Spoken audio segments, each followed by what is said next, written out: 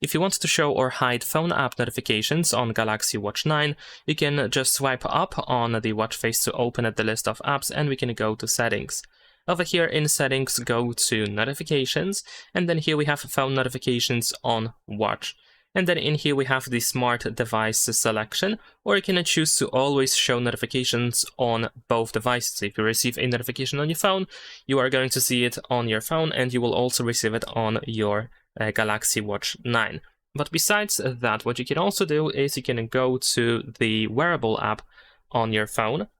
And once you, of course, have your watch selected in here, you can go to the list of settings of your Galaxy Watch 9. And then in here, if you choose notifications, then you should be able to find a similar option. So over here, we can, of course, make that choice.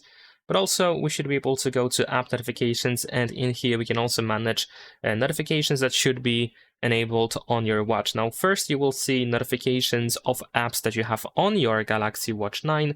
But then if you keep scrolling down, then you will see phone apps over here.